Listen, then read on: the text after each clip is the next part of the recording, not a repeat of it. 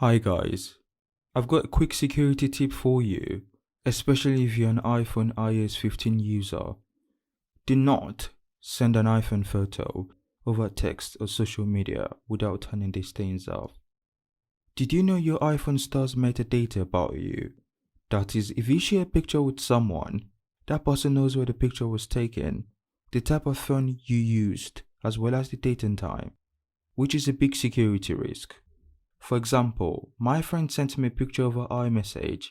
I downloaded the picture, and when I checked that photo in my photos library and selected the information button down below, I knew where she took the picture, the type of phone she used, as well as the date and time.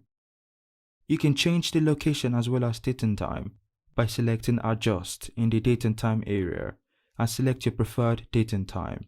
Likewise with location too, before sharing with people. To prevent your camera from recording your camera location, go to Settings on your iPhone, search for Privacy, select Location Services, scroll down and tap Camera, select Never, and when you're done, select Back. This way, your camera will stop recording your location when you take pictures on your iPhone. For more videos like this, please like, share and subscribe. Thank you and goodbye.